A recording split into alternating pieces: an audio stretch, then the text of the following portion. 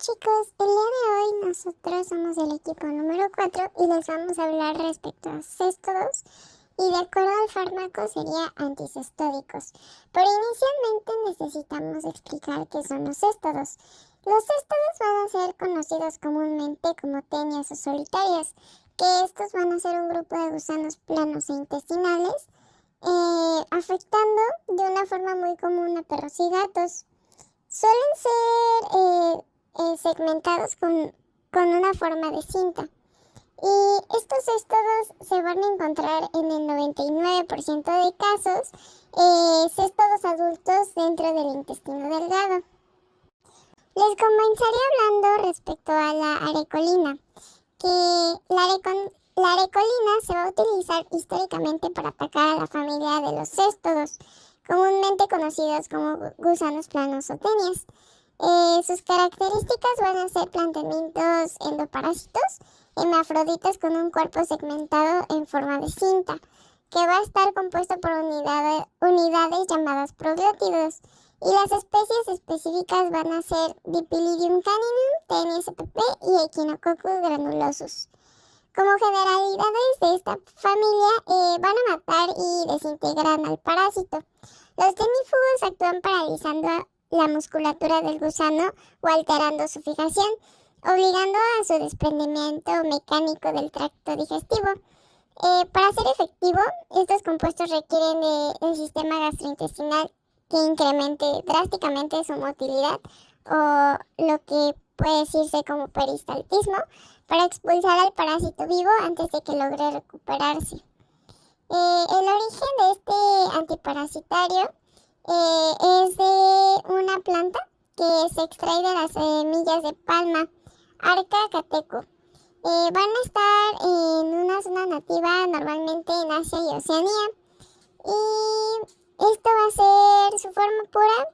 La extrae un químico alemán que se llama Ernst Jahn en 1888. Estas son algunas de las fórmulas que tiene este fármaco. Lo dejaré en la imagen aquí.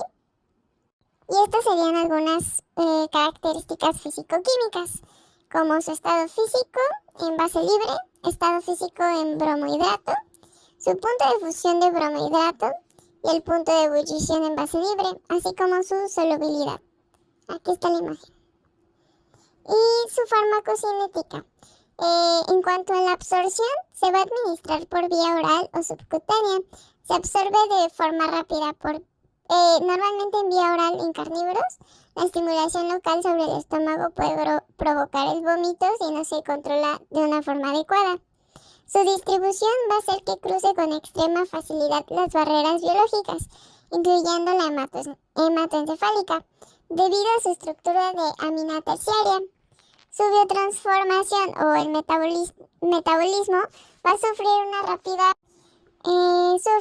una rápida hidrólisis enzimática en el hígado y por esterasas plasmáticas, convirtiéndose en ácido arecaidínico y metanol, lo que va a cortar drásticamente su vida media. En cuanto a la excreción, se va a eliminar rápidamente a través de la orina en forma de metabolitos inactivos en un periodo menor a 24 horas. Su farmacodinámica, el mecanismo de acción de la arecolina no es selectivo para el parásito, lo que explica su estrecho margen de seguridad. Efecto sobre el hospedador es que va a aumentar su peristaltismo, ya que es un potente agonista colinérgico parasimpático mimético que se une a los receptores muscarínicos de la acetilcolina. Y esto va a desencadenar una contracción masiva del músculo liso en el tracto gastrointestinal. Y el efecto sobre el parásito es que ejerce una acción neurotorácica directa sobre el sistema nervioso del céstodo, induciendo una parálisis flácida o espástica temporal en la musculatura de sus ventosas y ganchos. El espectro va a ser limitado porque ejerce una acción únicamente contra céstodos adultos alojados en la luz del tracto digestivo, tales como Dipylidium caninum, Tenia spp y Echinococcus granulosus. Su ineficacia es que carece por completo de actividad contra nemátodos, tremátodos o protozoarios o fases larvarias tisulares en los propios céstodos. Sus indicaciones o uso va a ser utilizado, como uso histórico en pequeños animales, se llegó a utilizar como tenífugo oral en perros y gatos para forzar la expulsión de tiñas. Y esto también fue una herramienta epidemiológica oficial de la OMS para el diagnóstico del campo de la hidatidosis canina mediante la purga diagnóstica. El uso en grandes especies se utiliza en equinos y bovinos. Sus propiedades colinérgicas se aprovechan para tratar cólicos por sobrecargas gástricas. En cuanto a efectos tóxicos, la arecolina posee un índice terapéutico muy estrecho. Los signos de toxicidad van a corresponder a un cuadro agudo de crisis colinérgica, con una estimulación parasimpática descontrolada. Y algunos de estos efectos serían cialorrea extrema, vómitos violentos, bradicardia acentuada, broncoconstricción, en dosis letales, convulsiones, colapso cardiovascular y muerte por paro respiratorio. En cuanto al antídoto, el sulfato de atropina administrada por vía intravenosa o intramuscular de forma inmediata. Sus interacciones: no tenemos que mezclar con inhibidores de la acetilcolinesterasa ni carbamatos. No combinar con otros purgantes drásticos o laxantes irritantes debido al riesgo de una ruptura o suscepción intestinal. De acuerdo al tiempo de retiro que tiene este fármaco, en bovinos y ovinos se estipula un periodo de retiro de 0 a 24 horas. Para carne y leche, debido a su vertiginosa velocidad de eliminación del organismo. Sin embargo, en legislación estricta, su uso en animales de consumo humano está desaconsejado o prohibido. Como productos, tenemos que tener en cuenta que debido a la toxicidad intrínseca de la molécula y la disponibilidad de alternativas modernas, seguras y eficaces, la arecolina ha sido retirada del mercado mexicano como antiparasitario tenífugo en pequeñas especies, y ya no existen registros vigentes ante Senacica de tabletas antiparasitarias a base de arecolina en perros y gatos en México. Las únicas presentaciones comerciales que persisten a nivel Latinoamérica e histórico se enfocan exclusivamente en una acción colinérgica ruminal para ganado en vía subcutánea bajo laboratorio de extranjero, como la arecolina inyectable. Y este sería un ejemplo. Posterior, tenemos la bunamidina, que la bunamidina se diseña para combatir familias de céstodos. Los céstodos, pues características, sabemos que son planteamientos endoparásitos hermafroditas con cuerpo segmentado y constituido por plótidos. Sus especies, aquí va a ser la Taenia spp,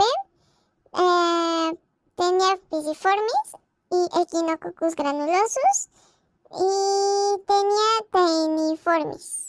En cuanto a sus generalidades, a diferencia de los antiguos tenífugos que solo expulsaban mecánicamente el gusano vivo, los tenicidas provocarán la muerte directa del parásito in situ y promueven la desintegración parcial o total del cuerpo en la luz del tracto digestivo del hospedador.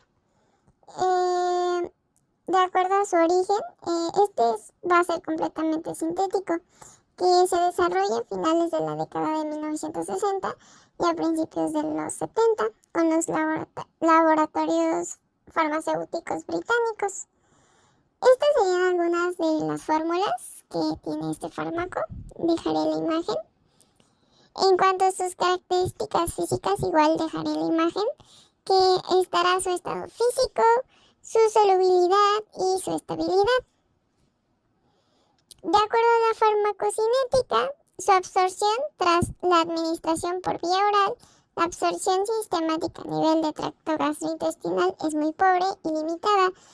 Esto representa una ventaja terapéutica, ya que permite que la mayor parte del fármaco permanezca intacta y concentrada en el intestino delgado, que es donde habitan los éstodos adultos.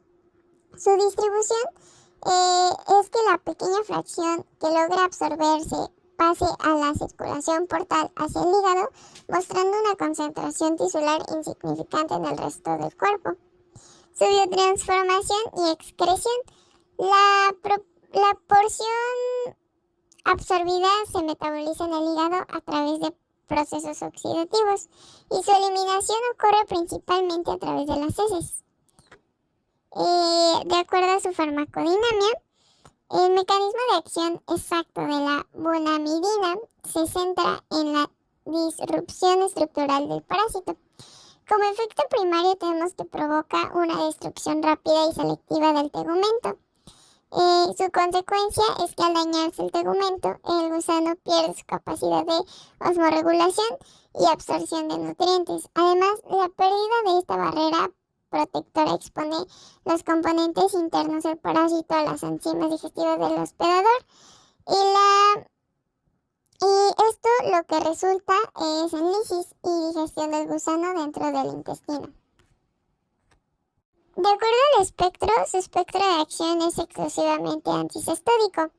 Su alta eficacia sería en Taenia pisciformis, Taenia peiniformis, Dipyridium caninum y Echinococcus granulosus en perros y gatos. Y nula eficacia carece completamente de acción contra parásitos nemátodos, tremátodos o ectoparásitos. De acuerdo a las indicaciones, su tratamiento selectivo de teniasis se indica clínicamente para la eliminación de infestaciones por cestodos en caninos y felinos domésticos. Y su uso histórico estratégico fue que las primeras alternativas químicas efectivas empleadas en programas de salud pública para desparasitar perros en zonas endémicas de hidatidosis. Como efecto tóxico tenemos irritación gastrointestinal, vómitos y diarreas transitorias, toxicidad hepática y miocárdica y muerte súbita por colapso cardíaco. De acuerdo a las interacciones, tenemos que no se debe de combinar con alimento. La presencia de grasa en el estómago incrementa drásticamente la absorción sistémica de la bonamidina, elevando sus concentraciones en sangre y multiplicando el riesgo de toxicidad cardíaca fatal. Igual con otros fármacos no debe combinarse simultáneamente con otros compuestos que depriman o afectan la conducción cardíaca, ni con compuestos organofosfarados. De acuerdo al tiempo de retiro, pues realmente al ser un fármaco diseñado de forma casi exclusivamente para carnívoros, pues no tiene o no cuenta con un tiempo de retiro establecido. Entonces su uso es únicamente en pequeñas especies. De acuerdo a sus productos comerciales, su situación del mercado actual, la bonamidina será un fármaco obsoleto en la medicina veterinaria contemporánea debido a la aparición en el mercado de moléculas con un margen de seguridad infinitamente superior y eficaz al 100%, especialmente el praziquantel a finales de los años 70 y los benzimidazoles. La bonamidina fue retirada gradualmente de la producción global y pues esta sería una imagen del praziquantel, que su nombre comercial histórico mundial sería como Scolavan, y pues eso sería todo dentro de estos fármacos. Ahora pasemos a hablar sobre el diclorofeno. El diclorofeno actúa contra tenias. Estos son parásitos segmentados con una conformación hermafrodita y se adhieren al intestino mediante sus ventosas o el escólex. Tenemos como ejemplos Taenia spp, Dipyridium caninum y Monienza spp.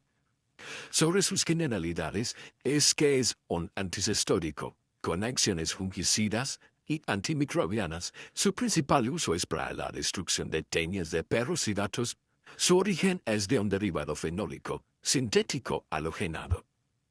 Algunas de sus características es que es un polvo de color blanco cremoso, de ligero olor fenólico y sabor salino. Es ligeramente soluble en agua y alcohol, pero no en éter. Sobre su farmacocinética es que este se administra por vía oral y no se absorbe, por lo cual no hay una manifestación de toxicidad al usarlo.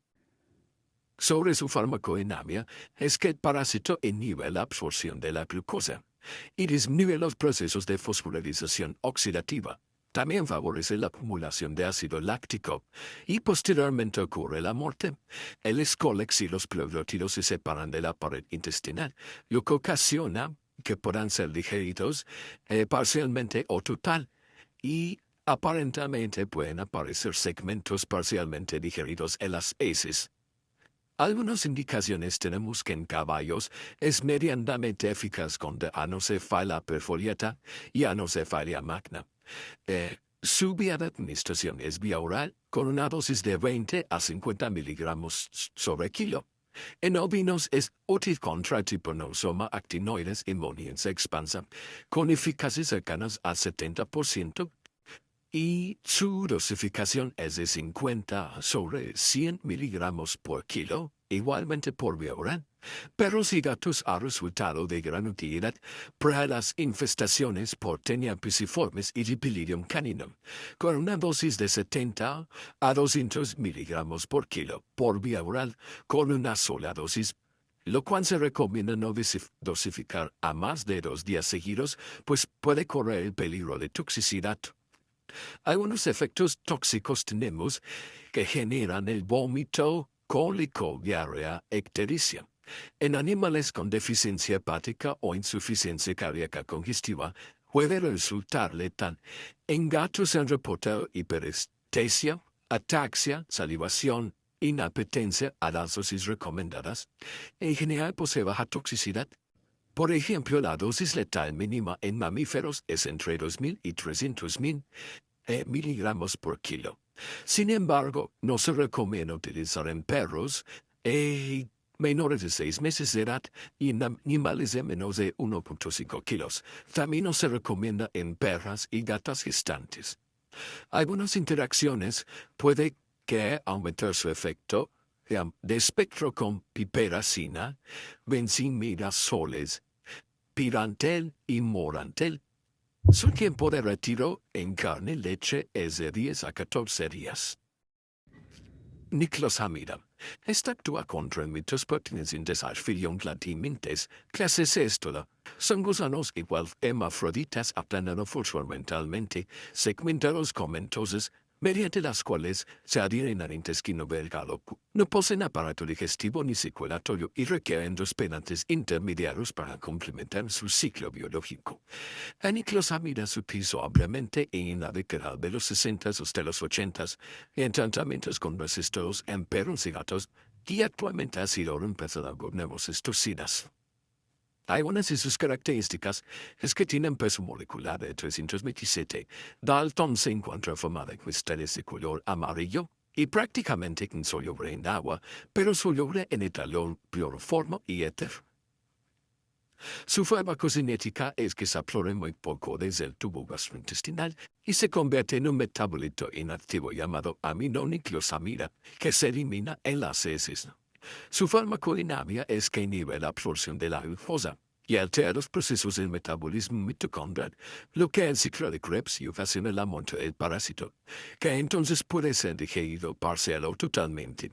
Tenemos algunas indicaciones que en caballos actúa muy bien para Anopheles perfoliata, que se recomienda una dosis de 60-80 miligramos por kilo por vía oral y se recomienda que los potros estén en ayuno. En ovinos y bovinos se utiliza para amoniense expansa y tisonosoma, con una dosis en ovinos de 50 a 100 miligramos por kilo y en bovinos con una dosis de 100 a 150 miligramos por kilo.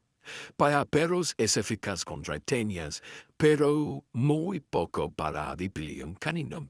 Echinococcus se administra con una dosis de 100 a 160 miligramos por kilo con un ayuno previo de 12 horas y se recomienda retirar el alimento unas horas después. Para su tratamiento contra mesocestoides se requiere de 4 dosis de 500 miligramos por kilo, con intervalo de 3 días de cada uno. Algunos de sus efectos tóxicos es que debido a su baja absorción de nitrosamida cuando se administra por vía oral, no se le considera tóxica, pero cuando se utiliza la vía parenteral puede provocar convulsiones muy lentas, muerte rápida. Las dosis únicas son atóxicas, pero las dosis altas y repetidas pueden causar hepato y nefrotoxicidad en rumiantes usando hasta 30 veces las dosis terapéuticas. No se presenta ninguna manifestación de toxicidad. En perros ocasionalmente se han observado vómito y es estándar.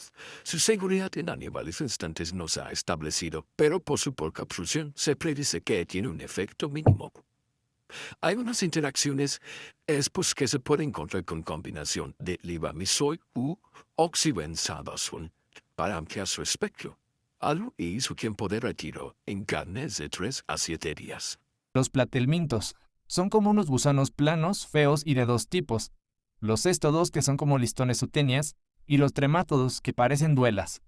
Su biología es súper interesante, pero igual es una pesadilla. Ni siquiera tienen un tubo digestivo. Los muy flojos absorben mis nutrientes directamente a través de su piel, llamada tegumento.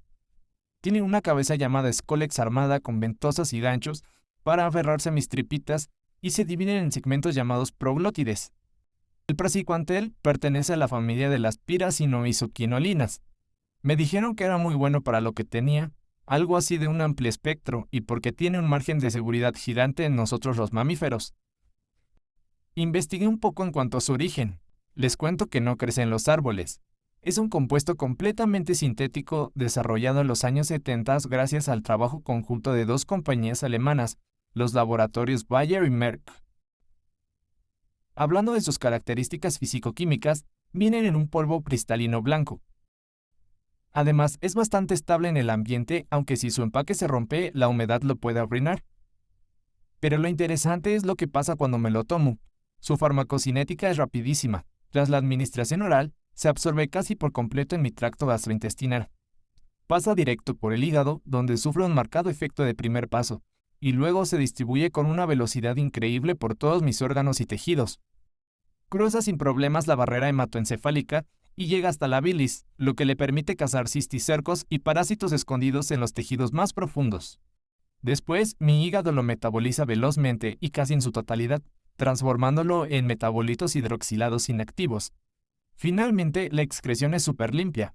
Del 70 al 80% se elimina por vía renal en forma de metabolitos, en las primeras 24 horas, y el resto sale por la bilis y las popis. Se preguntarán, ¿cómo funciona esto? Bueno, pues su farmacodinamia es un ataque que modifica la permeabilidad de la membrana celular del parásito. Primero, provoca una entrada masiva de iones calcio al interior del gusano. Esto les induce una parálisis espástica inmediata en sus músculos. El parásito se engarrota y se desprende de mi mucosa intestinal. Al mismo tiempo, el praziquantel produce la vacuolización y focalización de su tegumento protector, o sea, les rompe la armadura externa exponiendo sus antígenos para que mi sistema inmunitario lo reconozca, lo destruya y los digiera. Su espectro es enorme. En el grupo de los céstodos, ya sean adultos o larvas, acaba con todos estos organismos. Por todo esto, sus indicaciones principales son el tratamiento y control de parasitosis intestinales por tenias adultas en perros, gatos, equinos y ovinos, además de combatir formas larvarias tisulares como la cisticercosis o hidatidosis. Bueno, a pesar de todo esto, sus efectos tóxicos son mínimos porque tiene un índice terapéutico muy alto. Es seguro incluso a 5 o 10 veces la dosis recomendada. A veces, si la dosis es muy alta o la inyección es muy rápida, a algunos amigos les puede dar de forma transitoria un poquito de vómito o salivación, letargo o diarrea leve, pero a mí no me pasó nada. Eso sí, el veterinario tuvo cuidado con las interacciones. No se debe mezclar, o hay que usarlo con mucha precaución, con dexametasona o cimetidina, porque los glucocorticoides o los inhibidores enzimáticos alteran su concentración en sangre. De hecho, la dexametasona reduce su efectividad. En cambio, hace un buen sinergismo cuando se junta con pirantel o febantel, porque juntos potencian la eliminación de nemátodos y céstodos al mismo tiempo. Para los animales de granja hay que respetar el tiempo de retiro. En carne de ovinos y bovinos va de 0 a 7 días según el producto. En leche generalmente no se autoriza, o se requiere de 48 a 72 horas de resguardo si se usa en ganado lechero en producción, aunque es verdad que su uso en rumiantes es menos común que en nosotros las mascotas. En las farmacias de aquí de México, lo pueden encontrar en excelentes productos comerciales. Por ejemplo, Dronta Plus de Elanco, que son tabletas para perros combinado con Febantel y Pirantel. Verbiplex P de Virbac, que son tabletas orales perfectas para caninos y felinos. Equimax también de Virbac, que es un gel oral para los caballos combinado con ivermectina. Investigando un poco más, descubrí un fármaco increíble para mis amigos los rumiantes, el Resorantel. Hoy les voy a contar cómo este compuesto salva a las vacas y ovejas de unos bichos muy específicos. Para empezar, hablemos de la familia de parásitos a atacar. Estamos ante los platelmintos, específicamente enfocados en los éstodos de rumiantes y en el orden de los tremátodos estomacales. Su morfología y biología son de mucho cuidado y precaución. A estos platelmintos les encanta colonizar el rumen y retículo de los animales.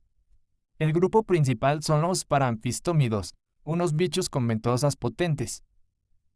Lo peligroso es que sus ciclos biológicos están ligados a caracoles acuáticos de agua dulce en zonas húmedas o tropicales. Cuando invaden el ganado, afectan severamente la conversión alimenticia, o sea, las vacas las comen y comen pero no engordan, porque estos huéspedes se quedan con todo. Pero para eso tenemos las generalidades de la familia de antiparasitarios. El Resorantel pertenece a la familia de las anilidas, que son derivados del ácido salicílico, también conocidas como salicilanilidas. Esta familia se caracteriza por ser agentes desacoplantes de la fosforilación oxidativa mitocondrial. Están diseñados predominantemente para combatir tremátodos y ciertos éstodos en animales de producción. En cuanto a su origen, al igual que el anterior, es un fármaco de origen completamente sintético. Fue desarrollado inicialmente en los laboratorios de la División Veterinaria de Hoechst, que hoy en día ha sido absorbida por grandes firmas farmacéuticas. Su fórmula química la pueden ver aquí en la pantalla. Hablemos de sus características físico-químicas. Básicamente es un polvo cristalino o amorfo que va del color blanco a un tono ligeramente amarillento. En cuanto a su solubilidad, es prácticamente insoluble en agua, pero se disuelve moderadamente en solventes orgánicos calientes, en alcohol y en soluciones alcalinas. Ahora, atención a su farmacocinética porque aquí ocurre algo súper interesante. Cuando un rumiante se lo toma por vía oral, su absorción en el tracto gastrointestinal es sumamente baja. Al no absorberse casi nada, se logra una gran ventaja terapéutica. Altas concentraciones del fármaco permanecen intactas justo donde se necesitan, es decir, en los compartimientos del rumen, el retículo e intestino delgado. La pequeña fracción que sí llega a absorberse se une fuertemente a las proteínas plasmáticas como la albúmina, prolongando su presencia en el organismo. Su metabolismo es lento, ocurriendo principalmente a nivel hepático por rutas de conjugación. Finalmente, su excreción es predominantemente a través de las heces, y sale sin cambios, garantizando un contacto directo y letal con los parásitos luminales. Su farmacodinamia actúa como un desacoplante de la fosforilación oxidativa en las mitocondrias del parásito. Esto significa que interfiere directamente con el transporte de electrones, bloqueando por completo la síntesis de ATP.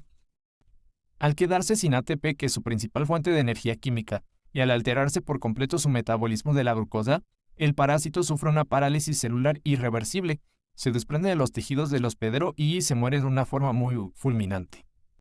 Por eso su espectro es muy específico y eficaz. En el grupo de los tremátodos es altamente específico contra los tremátodos ruminales como Paraphystomium. Y, ojo, destruye tanto a los adultos como a los estadios juveniles que van migrando por el duodeno. En el grupo de los éstodos es súper eficaz contra las tenias de los rumiantes. Con todo esto, sus indicaciones son muy claras. Se usa para el tratamiento y control de la paramfistomiasis en bovinos, ovinos y caprinos, y para el tratamiento de infestaciones masivas por tenias en animales jóvenes, como corderos o becerros que presentan retraso en el crecimiento o cuadros graves de desnutrición. Respecto a los efectos tóxicos, el Resorantel posee un margen de seguridad aceptable a las dosis recomendadas, que van de los 65 a 70 miligramos por kilogramo. Sin embargo, si nos pasamos de la raya y ocurre una sobredosificación severa, o si el animal está en un estado de debilidad extrema, se puede presentar diarrea transitoria, hiperventilación, debilidad muscular y elevación de la temperatura corporal. Esto último ocurre como un efecto directo del desacoplamiento metabólico en sus propias mitocondrias. Por ello, hay que tener mucho cuidado con las interacciones. No se debe mezclar por ningún motivo con otros agentes desacoplantes, porque existe el riesgo inminente de potenciar la toxicidad sistémica, lo que causaría postración o incluso ceguera en los animales. Por el contrario, tiene una excelente compatibilidad y se puede usar en programas alternados con benzimidalzoles o levamisol para ampliar la cobertura y acabar también con nematodos pulmonares o gastrointestinales. Como es para animales que nos dan alimentos, el tiempo de retiro es muy importante.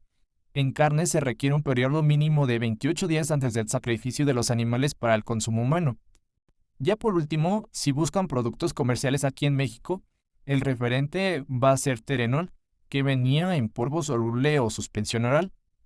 Hoy en día en el mercado mexicano el Resolantén suele encontrarse principalmente a través de formulaciones de laboratorios de maquila o formulaciones genéricas veterinarias, pero solo especializadas para rumiantes. Son distribuidas estratégicamente en las zonas ganaderas con alta prevalencia de Paraphystomun, es decir, en nuestras zonas húmedas o tropicales de México.